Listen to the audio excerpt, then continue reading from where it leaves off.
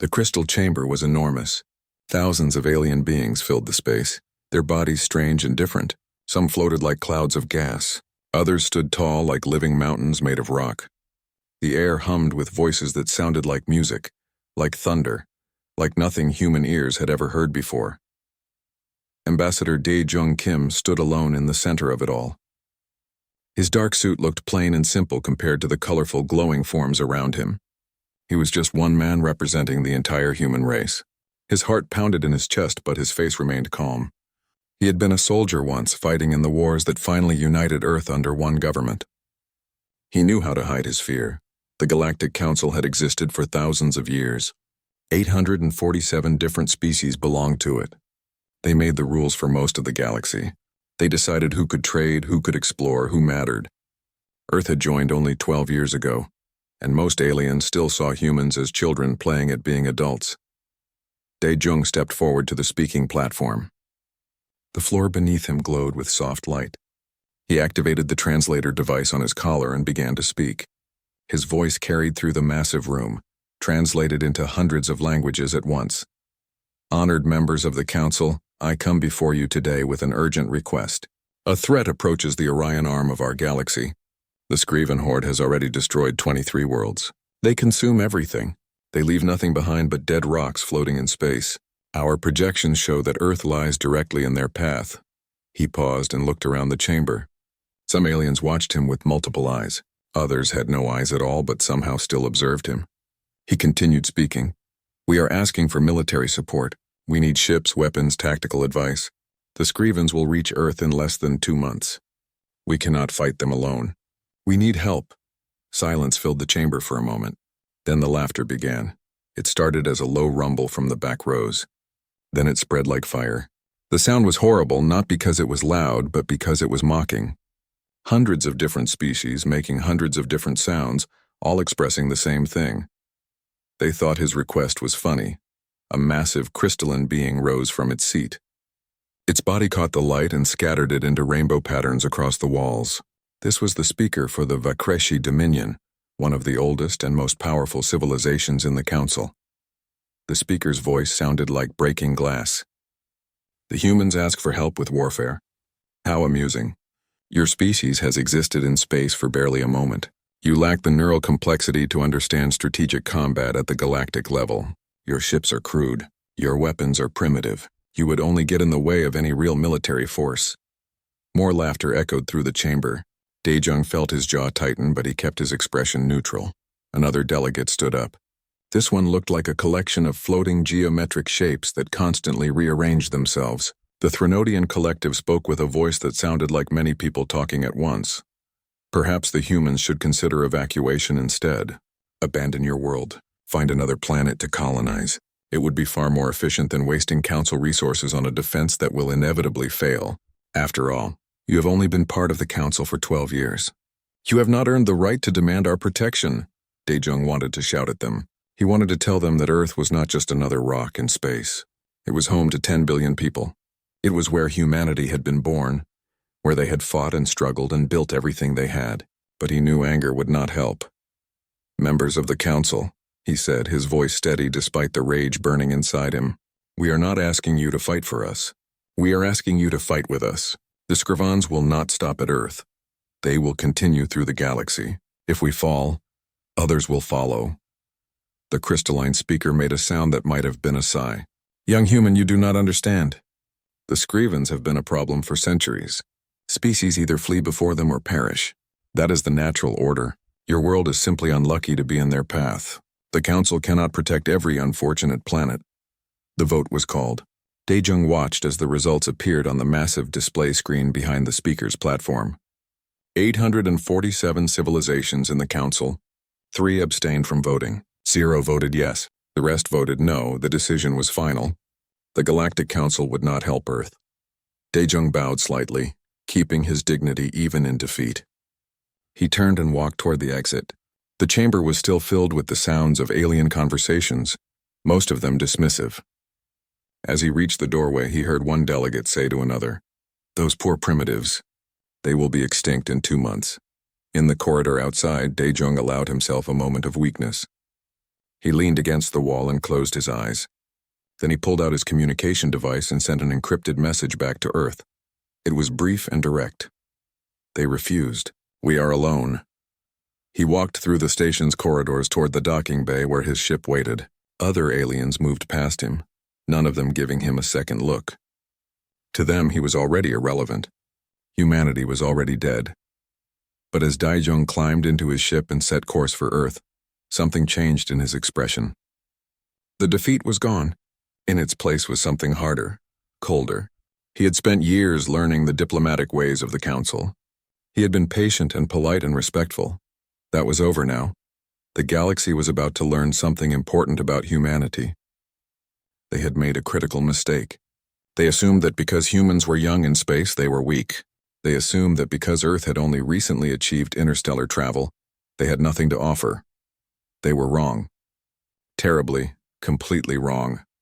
Earth had not spent the last 12 years simply exploring and trading. They had been watching, learning, preparing. Because humans knew something that these ancient, comfortable civilizations had forgotten over their thousands of years of peace. They knew how to fight. The emergency meeting room in Geneva was packed. President Myung-hee Han sat at the head of a long table. Around her sat the most powerful people on Earth: military generals, scientists, engineers, intelligence directors. Every face in the room showed the same controlled tension. Admiral Sang-Woo-yoon stood near a large display screen showing a map of the solar system. Red markers indicated the projected path of the Skriven horde. Blue markers showed Earth's current defensive positions. There were far more red markers than blue ones. The Council refused us, President Han said. Her voice was calm, but everyone in the room could hear the steel beneath it.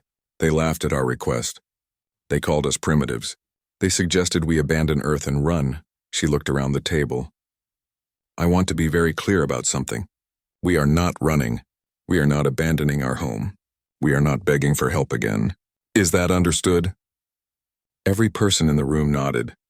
There was no debate, no discussion. The decision had already been made in the hearts of everyone present. Admiral Yoon activated the display. We have approximately 7 weeks before the Skrivens reach our outer colonies. Perhaps 8 weeks before they reach Earth itself.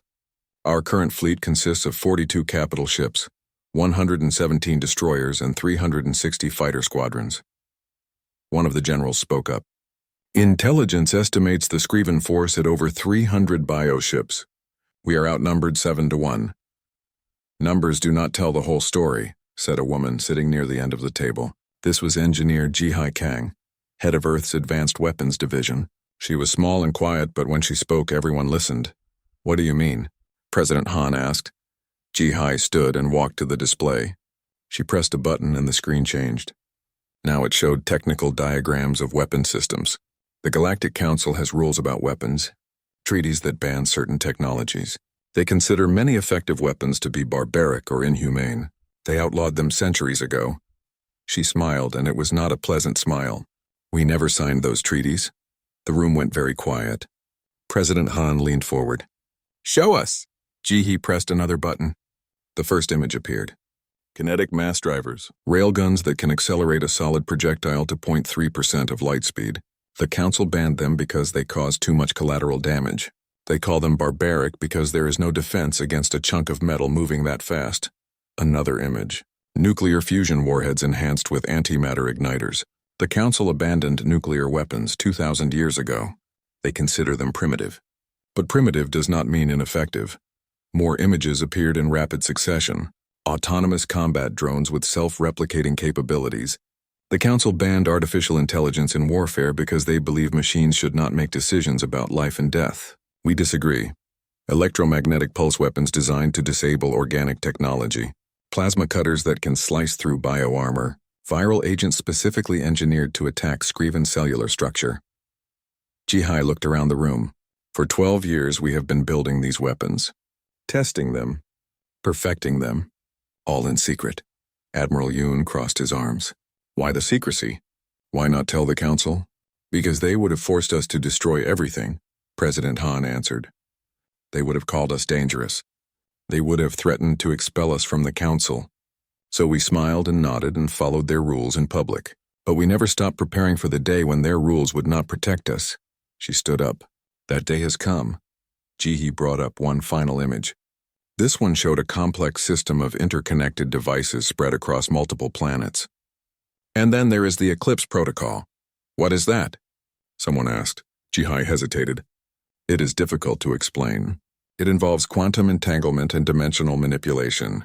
In simple terms, it can tear holes in space itself. The energy requirements are enormous. We would need to drain the power reserves of 3 entire planets just to fire it once. What does it do? Admiral Yoon asked. It removes matter from existence, Jihi said quietly. Not destroys it. Removes it. The target simply stops being part of our reality. The room went silent again. This was not just a weapon. This was something that should not exist. President Han spoke. I authorize full deployment of all weapons systems. Admiral Yoon, you have complete operational control of the defense. Use whatever you need. Do whatever you must. The only order that matters is this: Earth must survive, Admiral Yoon saluted. Yes, Madam President. Earth will survive. The meeting continued for 6 more hours. Plans were made. Resources were allocated. Ships were readied. By the time the sun rose over Geneva, Earth's military machine was fully activated. On the moon, hidden factories began producing weapons at maximum capacity. In orbit around Mars, shipyards worked around the clock to arm every vessel. In the asteroid belt, mining drones started hollowing out rocks and filling them with explosives. Captain Hyunwoo Park received his orders aboard the UESS Indomitable. His ship was humanity's pride, the largest and most advanced warship ever built. It bristled with weapons that no other species knew humans possessed. When he read the orders, he smiled. He opened a channel to his crew. All hands, this is the captain. You have all heard about the Council's decision. They will not help us. They think we are too weak to matter. They think we will die without their protection. He paused. They are about to learn how wrong they are. We are going to meet the Scrivens at Kepler 442. We are going to show them what humans do when someone threatens our home. Prepare for combat. This is not an exercise. This is war. The crew responded with a roar that echoed through the ship's corridors. These were men and women who had trained their entire lives for this moment. They were not afraid. They were ready. Dr. Bo-Ra Shin packed her research equipment in her laboratory on Earth. She was a scientist, not a soldier, but she had volunteered to go with the fleet. Someone needed to study the Scrivens up close. Someone needed to find their weaknesses. She was the best person for the job. As she worked, she thought about the alien delegates who had laughed at Ambassador Kim. They thought humans were simple and primitive. They had no idea what humanity was truly capable of. They were about to find out. The galaxy had abandoned Earth. The galaxy had mocked their plea for help. The galaxy had made a terrible mistake. Because humans did not need saving. They never had. What they needed was a target. The planet Kepler 442b hung in space like a blue-green jewel. 12 million humans called it home. The colony had been established only 8 years ago, but it had grown quickly. Cities dotted the landscape. Farms stretched across fertile valleys. Children played in parks under a sky that was almost but not quite the same color as Earth's. Now, evacuation ships filled the sky. 7 million people had already been transported to safety, but there was not enough time to save everyone. 5 million remained on the surface when the alarms began to sound. Lieutenant Tae-Yang Choi sat in the cockpit of his fighter. His squadron was hidden in the asteroid belt surrounding the planet. They had been waiting in silence for 3 hours. Their ships powered down to minimal levels to avoid detection. His muscles ached from sitting still, but he did not move. Not yet. Contact. The communication officer's voice crackled through his helmet. Multiple signatures emerging from hyperspace. Count is 15. Confirm 15 Scriven bioships. Tae-Yang watched his display screen. The Scriven vessels appeared as red dots on the edge of the system. They were massive things, each one the size of a small city. They did not look like ships. They looked like living creatures, all chitin and muscle and pulsing organs visible through translucent skin. On the bridge of the UESS Indomitable, Captain Hyunwoo Park stood with his hands behind his back. Dr. Bo-Ra Shin stood beside him, her eyes fixed on the main display. Around them, the crew worked in disciplined silence. They are not scanning, Shin observed. They believe they are alone. Arrogance, Park said. Every species they have attacked before either ran or died. They do not expect resistance. He watched as the Scriven bioships moved toward Kepler 442b in a loose formation. They were taking their time, confident in their superiority. Park allowed himself a cold smile. "All ships maintain stealth protocols," he ordered. "Wait for my signal." The Scrivens entered orbit around the planet. Their weapons began to glow with bioplasma energy. They were preparing to fire on the cities below, to begin the consumption process that would strip the world of all life. Park raised his hand. Then he dropped it. "All units, engage." Taeyang's squadron erupted from the asteroid field like hornets from a disturbed nest. Their engines flared to life. Their weapon systems activated. They moved so fast that the Scrivens had no time to react. The first volley of kinetic penetrators struck 3 bioships simultaneously. The tungsten rods, accelerated to incredible speeds, punched straight through the organic armor. The bioships shuddered. Fluid sprayed into space. 2 of them exploded immediately, torn apart by the massive kinetic energy transfer. The third bioship survived the initial hit, but began spinning out of control, venting atmosphere and biological matter. It crashed into a 4th ship, and both vessels tangled together in a death spiral toward the planet below. The remaining Scrivens tried to respond. Their bioplasma weapons charged and fired, but the human fighters were too fast, too maneuverable. They dodged and weaved through the plasma bolts like dancers. The few shots that came close were intercepted by point defense lasers. Then the Indomitable revealed itself. The massive warship emerged from behind one of Kepler 442b's moons. Its railgun batteries were already charged. Captain Park gave the order and the ship fired. The sound inside the ship was like thunder. The vibration ran through the deck plates. On the display screens, the crew watched as solid rounds traveled at 100,000 kilometers per second toward their targets. The rounds hit with devastating effect. Bioships did not just take damage. They were obliterated. The kinetic energy was so great that the organic vessels simply came apart, torn into pieces by forces they had no defense against. Dr. Shin watched the carnage with clinical detachment. She was recording everything, analyzing the Scriven responses. "Captain, I am detecting a pattern in their communication signals. They use pheromone-based commands transmitted through subspace. If we can disrupt those signals, we can break their coordination."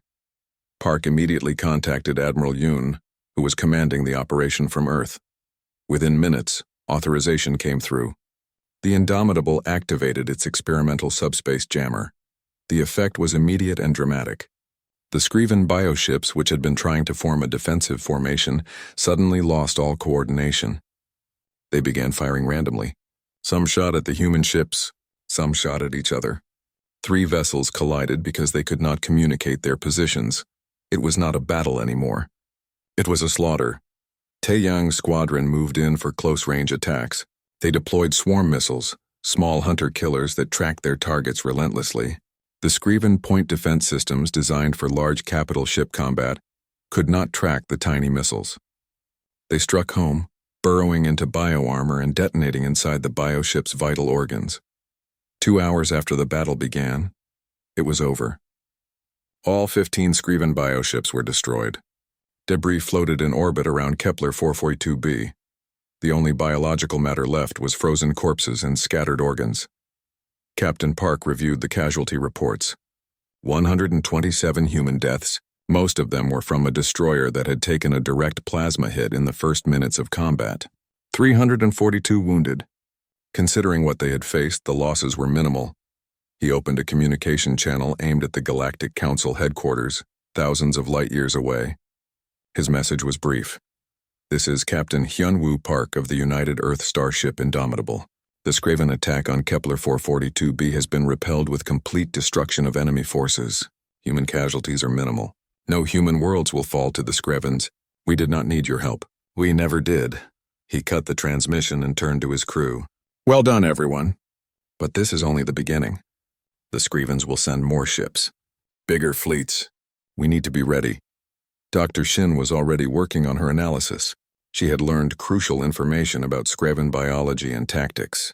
She was already formulating strategies for the next engagement. Taeyang brought his fighter back to the Indomitable's hangar.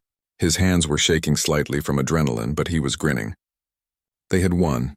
Against overwhelming odds, against an enemy that had destroyed dozens of worlds, they had won. On the surface of Kepler 442b, the 5 million colonists who had been unable to evacuate looked up at the sky. They had expected death. They had prepared to be consumed. Instead, they had been saved by their own people. By human courage and human ingenuity, the message that Captain Park had sent would take time to reach the Galactic Council. But when it did, everything would change. The crystal chamber of the Galactic Council was silent. Every delegate stared at the holographic display floating in the center of the room. The footage showed the Battle of Kepler 442b in brutal detail. Human ships moving with impossible precision, weapons that tore through Scriven bioships like paper, the complete destruction of an enemy that had terrorized the galaxy for centuries. The Vakreshi speaker, who had called humans evolutionary infants just days ago, watched without moving. Its crystalline body had stopped glowing. Around the chamber, other delegates whispered in hundreds of languages. Shock, disbelief, fear. A Threnodian delegate, one of the geometric shapes that floated rather than walked, spoke first. This cannot be accurate. The humans must have edited this footage. No species with only 12 years of spaceflight experience could achieve such a victory. The footage is genuine, said observer Kelrin. He was a member of a neutral species whose only purpose was to record history. He had no reason to lie. I have verified it against multiple independent sources. The battle occurred exactly as shown. 15 Scriven bioships destroyed. Human casualties minimal. Another delegate stood. This one looked like a cluster of tentacles covered in eyes. But how?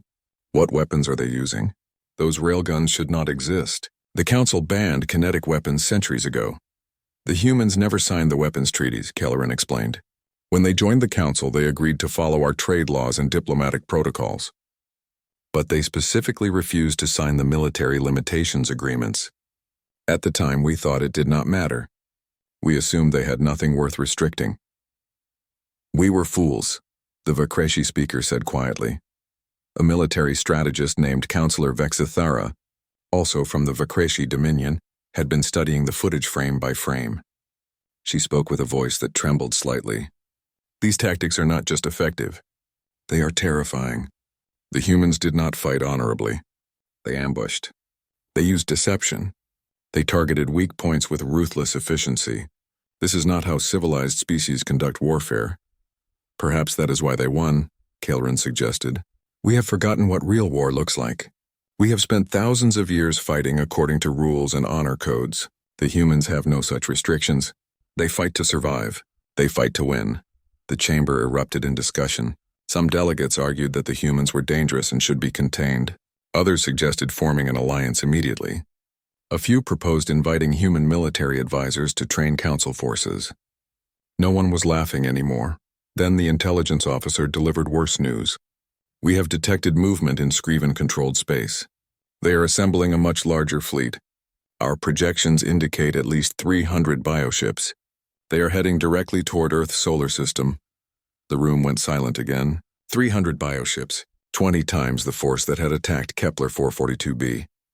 Even with their impressive weapons, could the humans survive such an assault? The Vakreshi speaker made a decision. Contact Ambassador Kim. Offer him our full military support. Ships, weapons, tactical advisors, whatever he needs. Tell him the Council has reconsidered our position. On Earth, President Myung-Hee Han received the same intelligence reports. 300 Scriven bioships. The largest fleet they had ever assembled. All heading toward humanity's home world. She called an emergency meeting.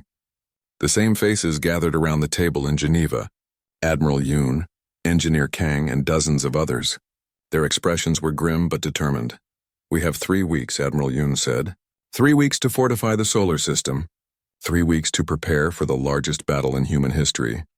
What is our current defensive capability? President Han asked. We can deploy 60 capital ships, including the Indomitable, 200 destroyers, 800 fighter squadrons. We are constructing orbital defense platforms around Earth, Mars, and Jupiter. The asteroid belt is being mined extensively. Every piece of rock bigger than a house is now either a weapon or a sensor post. Engineer Kang spoke up. The Eclipse protocol is ready for activation. But I must warn you again, using it will drain the power reserves of Mars, Europa, and Titan completely. It will take years to restore those systems, and we can only fire it once.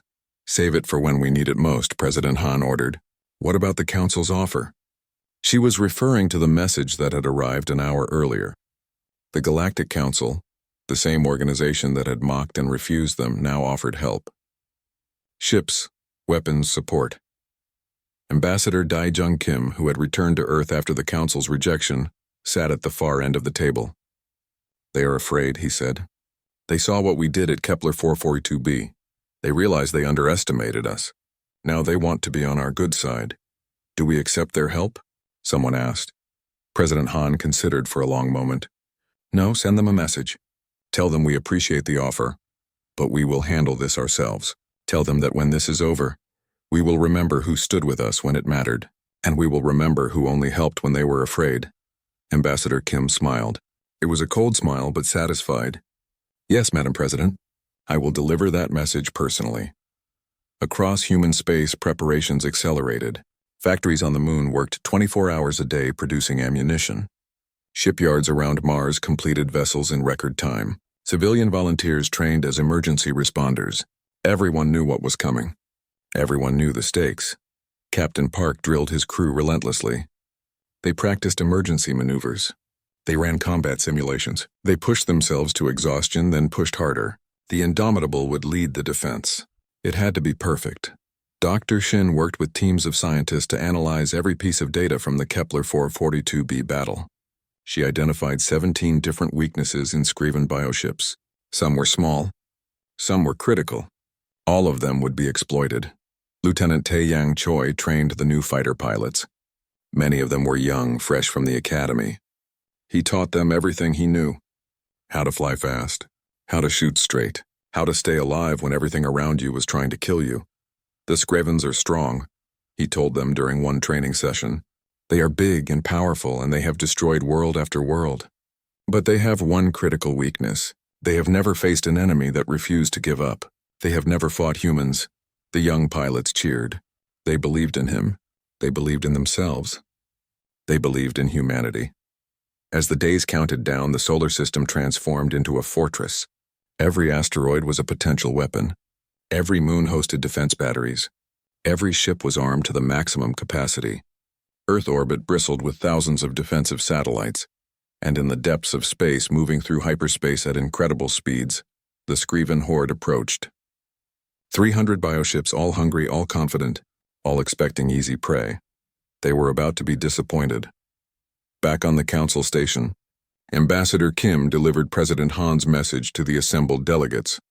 His words were polite but firm. Humanity would fight alone. Humanity would win alone. And when it was over, the galaxy would understand what humans truly were. The Vakreshi speaker tried to argue, to insist that the council wanted to help. But Kim simply bowed and left the chamber. There was nothing more to say. Observer Kalerin watched him go. He was already writing his historical account of these events.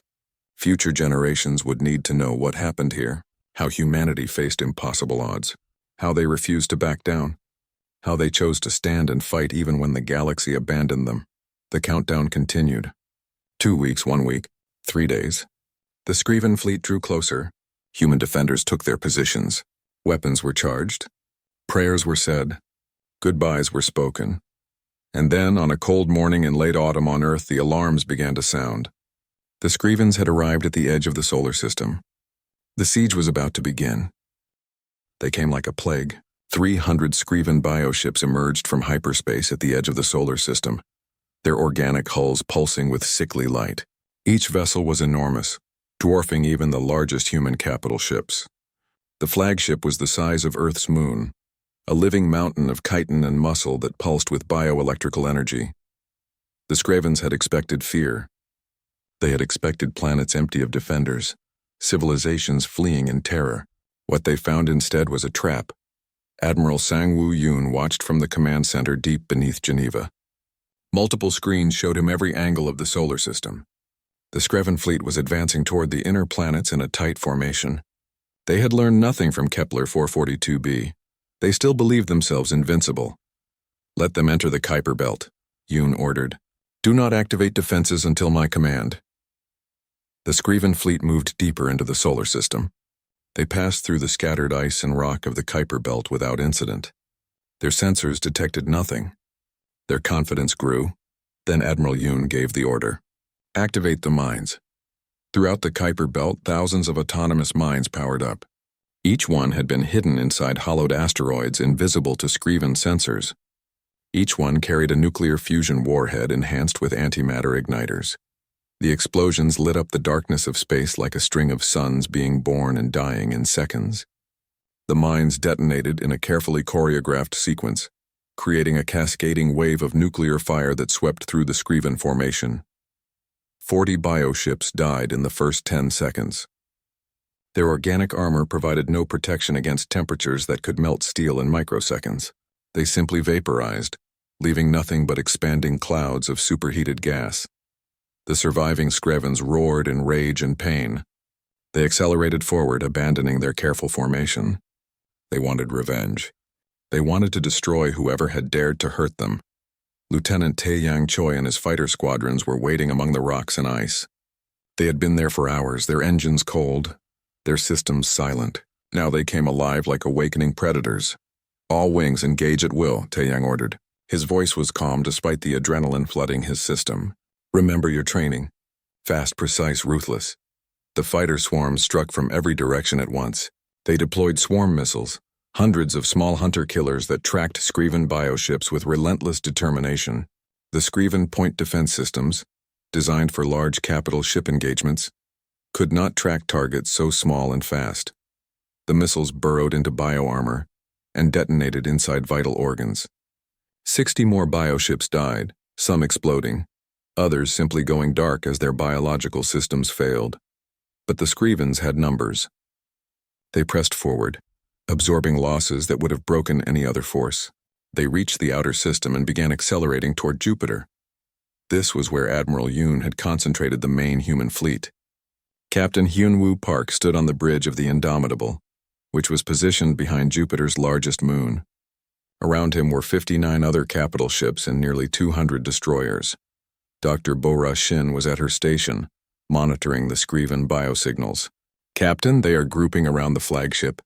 They are using it as a coordination node. If we can disable that ship, the rest will lose cohesion. Easier said than done, Park muttered. The flagship was massive and heavily armored. It would take concentrated fire from multiple ships just to damage it. The Scriven fleet entered Jupiter's orbital space. The human fleet revealed itself. The battle began. It was chaos. Capital ships exchanged fire at ranges of hundreds of thousands of kilometers. Railgun rounds crossed with bioplasma bolts. Ships exploded. Debris fields expanded. The space around Jupiter became a graveyard. The Indomitable focused its fire on the Scriven flagship. The massive bioship seemed to absorb the punishment. Its organic armor regenerated almost as fast as it was damaged. Park realized that conventional weapons would not be enough. Dr. Shin, do you have a target recommendation? Shin studied her displays. Yes. There is a neural cluster deep inside the flagship's core. If we can destroy that, the entire organism will die. But we cannot reach it with external weapons. Someone would need to get inside. Park made his decision immediately. I need volunteers for a suicide mission. Pilots who are willing to fly into that thing and detonate their reactors inside it. The response was immediate. Every single pilot in the fleet volunteered. Park selected 12 fighters, knowing that fewer would be faster and harder to intercept. The suicide squadron launched. They flew directly at the flagship, weaving through defensive fire. 3 were destroyed before they reached the target. The remaining 9 punched through the bioarmor, using their kinetic energy and weapons to tear openings in the hull. Inside the flagship, they found themselves in organic tunnels pulsing with alien life. They followed Dr. Shin's coordinates, flying deeper into the nightmare interior. 4 more fighters were destroyed by internal defenses. The final 5 reached the neural cluster. It was a massive organ, glowing with bioelectrical discharges. Without hesitation, they activated their reactor overload sequences and crashed directly into it. The explosion was contained inside the flagship's body, but the effect was visible from outside. The entire bioship convulsed. Electrical discharges ran across its hull. Then it went still, dead in space. Without the flagship, the Scriven fleet lost coordination. They began firing wildly, hitting each other as often as they hit human ships.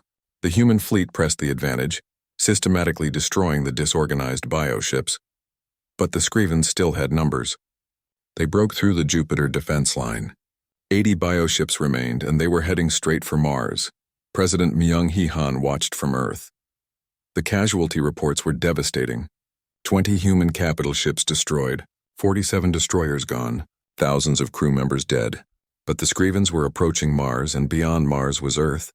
She opened a direct channel to engineer Jihai Kang on Mars. Activate the Eclipse Protocol. Kang had been waiting for this order. Her hands moved across the controls. Across Mars and on the moons Europa and Titan, massive quantum entanglement devices powered up. They drew energy from the fusion reactors of 3 entire worlds, draining them completely. The air around the approaching Scriven fleet began to shimmer. Space itself started to distort. Then reality tore. The Eclipse Protocol created localized dimensional rifts, small tears in the fabric of space-time that expanded outward like wounds in reality. Anything caught in those rifts simply ceased to exist in this dimension. 40 Scriven bioships vanished.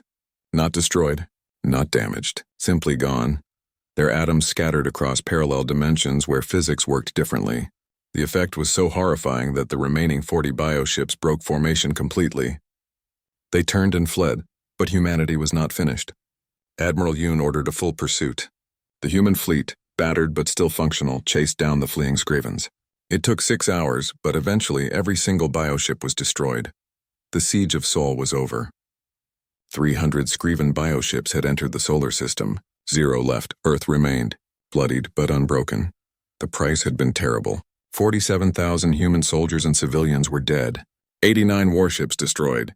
Mars, Europa, and Titan would be without full power for years. But humanity had won. Against overwhelming odds, against an enemy that had destroyed world after world. They had won. The galaxy would never forget what happened at Sol. And more importantly, they would never underestimate humanity again. The human fleet returned to Earth orbit 3 days after the battle. The ships bore scars of combat. Hulls were damaged.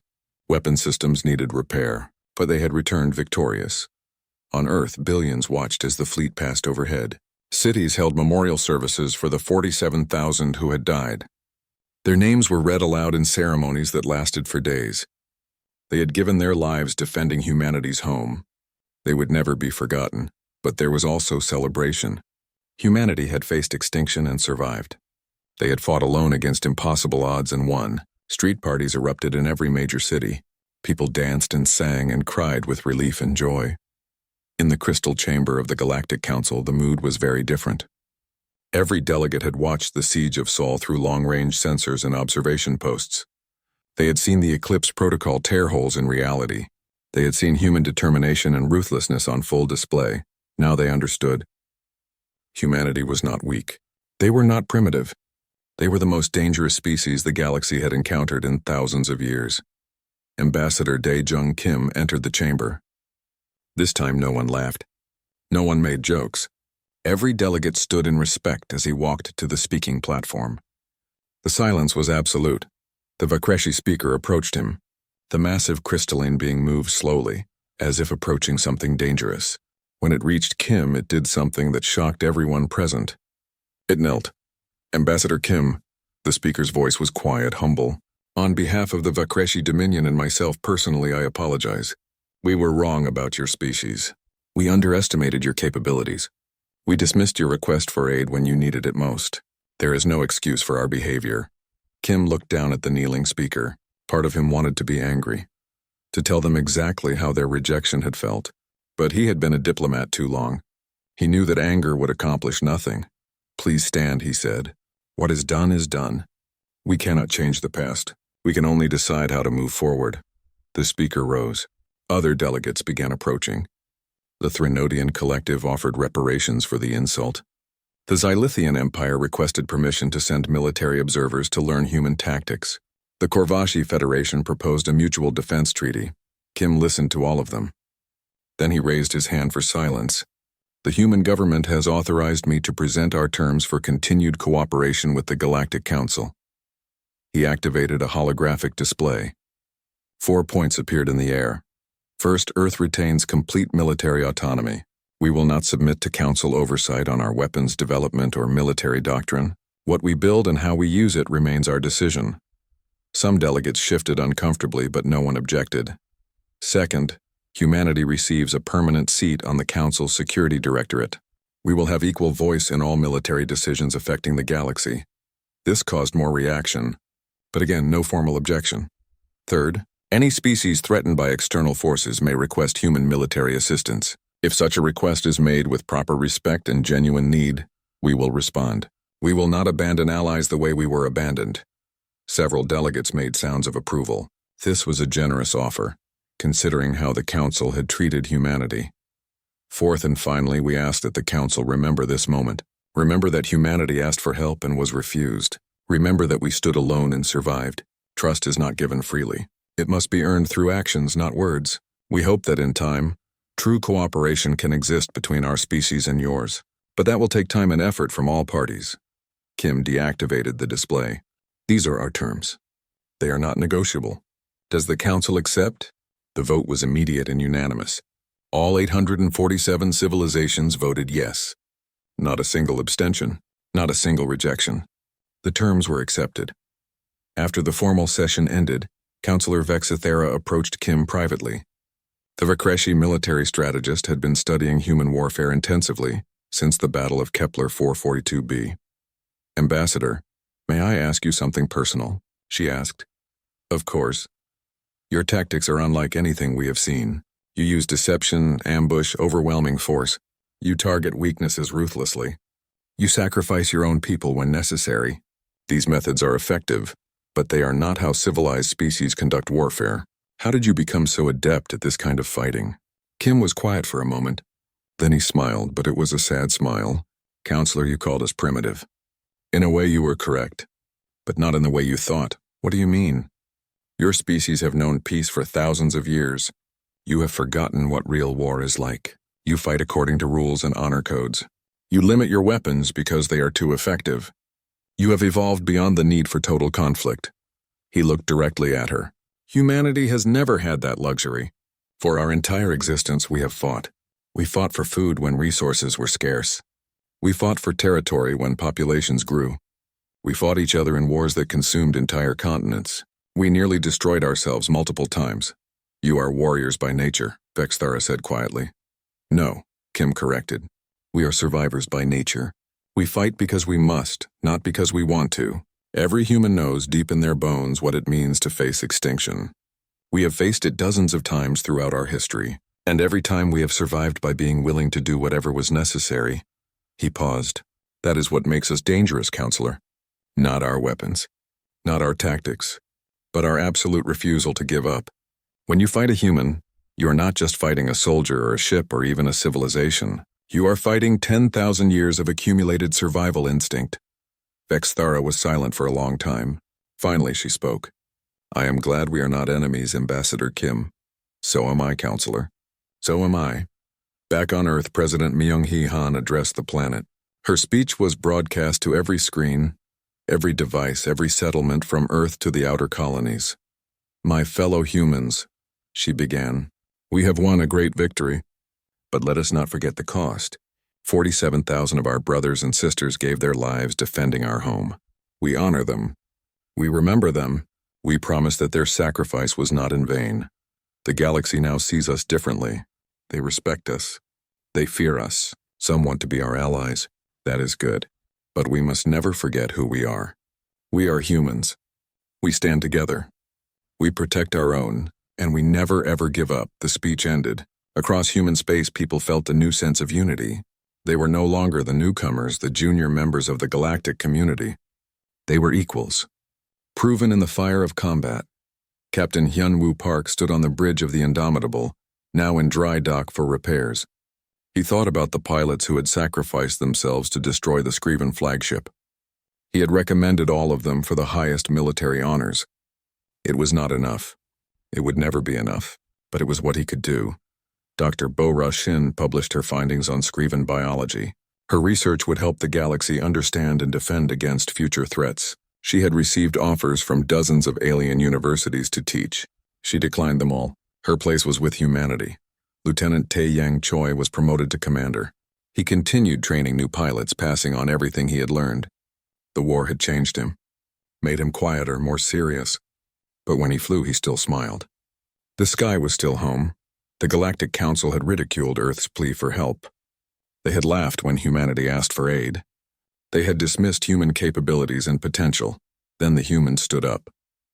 And the galaxy would never be the same. 5 years passed. The galaxy changed in ways no one had predicted.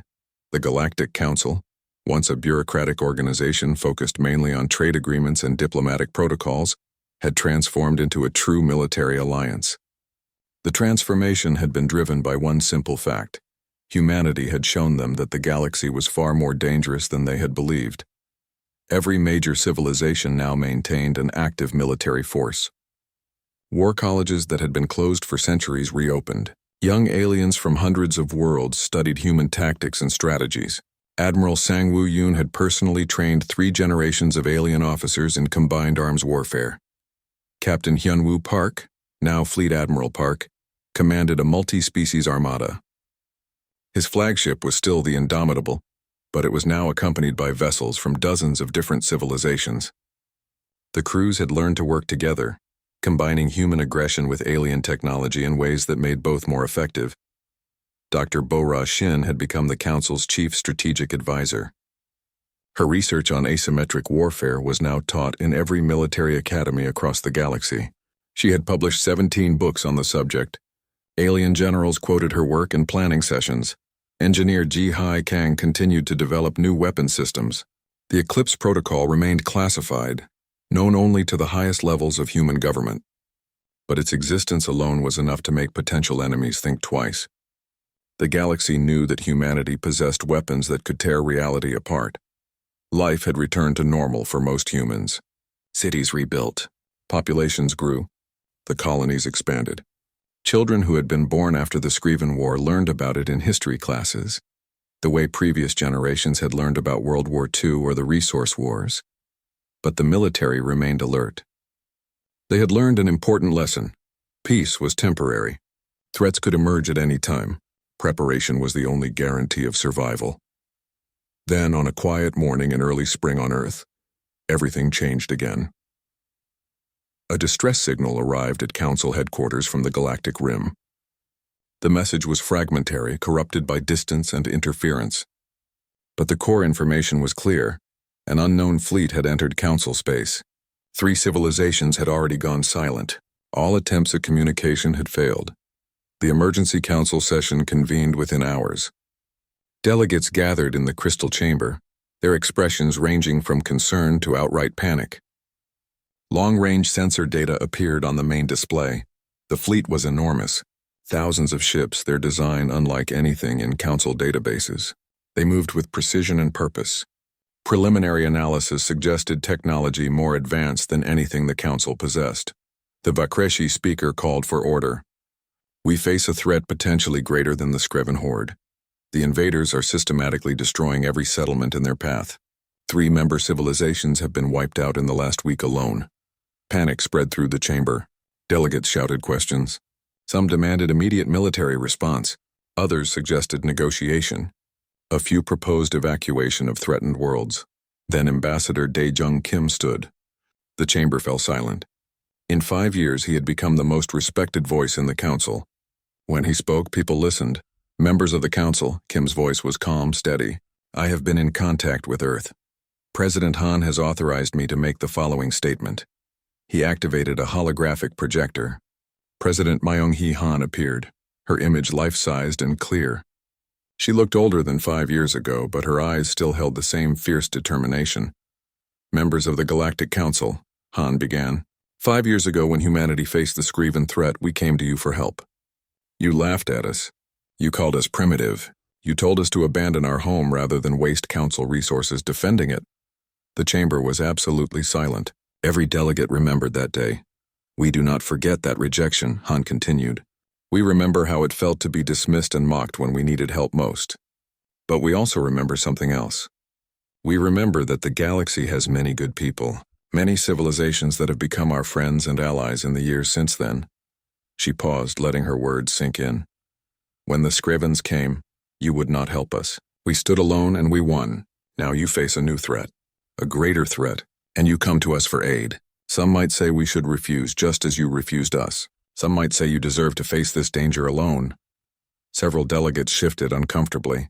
They knew she was right. They had no moral ground to stand on when asking for help. But we are not like you were, Han said, and her voice became harder. We do not abandon our allies. We do not calculate the cost of assistance and decide it is too high. We do not mock those who need help, because that is not who humans are. The United Earth Defense Force is mobilizing as I speak. Fleet Admiral Park is already preparing his ships. Our best strategists are analyzing the threat. We will meet this enemy together, not because you deserve our help, but because we refuse to let innocent people die when we have the power to protect them. She leaned forward, and every delegate could see the intensity in her eyes. We will show this new enemy the same lesson we taught the Scrivens. Never threaten the homes of the innocent. Never assume that peace means weakness. And never ever underestimate what humans will do to protect those who cannot protect themselves. The hologram disappeared. Ambassador Kim looked around the chamber. The human fleet will depart for the Galactic Rim in 48 hours. We invite any council forces that wish to join us. This is not humanity's fight. This is everyone's fight, and we will win it together. The response was overwhelming. Every single civilization volunteered ships and crew. The Vakreshi sent their entire home fleet. The Threnodian collective mobilized resources they had kept in reserve for centuries. Even small civilizations that barely had space travel contributed whatever they could. On Earth, the fleet prepared to launch. Fleet Admiral Park walked through the Indomitable's corridors checking systems, encouraging crew members. He had done this hundreds of times before, but it never got easier. Every deployment could be the last. Commander Taeyang Choi, now one of the most decorated pilots in human history, prepared his squadron. Many of his pilots were young, born after the Scriven War. They had grown up hearing stories about the Siege of Seoul. Now they would write their own stories. Listen up, Taeyang addressed his squadron. This enemy is dangerous. They have destroyed 3 civilizations already. They are powerful and they are ruthless. But they have made one critical mistake. He paused for effect. They do not know what happens when you threaten human allies. They are about to find out, the squadron cheered. They were ready. Dr. Shin packed her equipment for the journey. She would be going with the fleet again, just like 5 years ago. She was older now and perhaps a little wiser. But her dedication to understanding and defeating threats had not diminished. Observer Kaelrin, the neutral historian, prepared his recording equipment. This would be another crucial moment in galactic history. The second time humanity rode to war, but the first time they did so not for themselves but for others.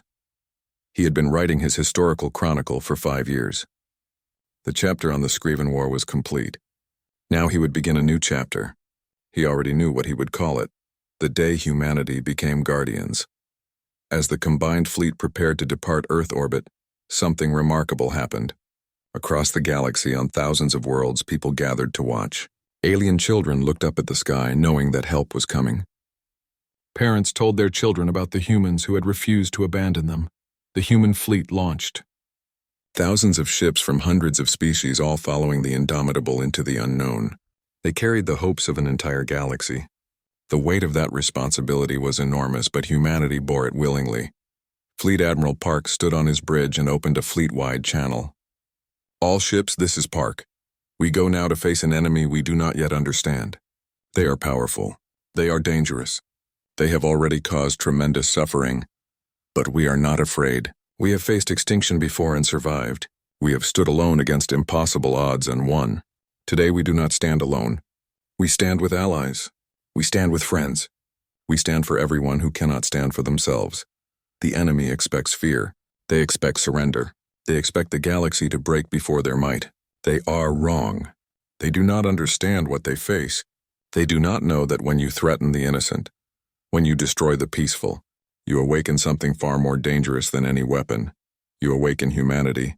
The fleet jumped to hyperspace, heading toward the galactic rim and the unknown threat waiting there. Behind them, the galaxy watched and hoped. Ahead of them, an enemy that had conquered world after world prepared to meet a force unlike any they had ever encountered. The Galactic Council had ridiculed Earth's plea for help 5 years ago. They had laughed when humanity stood alone. They had learned their lesson the hard way. Now another enemy was about to learn the same lesson. You could conquer worlds. You could destroy civilizations. You could spread fear across the stars. But if you made the mistake of threatening humanity's allies, if you brought suffering to those humans had sworn to protect, then you would face something that could not be defeated through superior technology or numbers.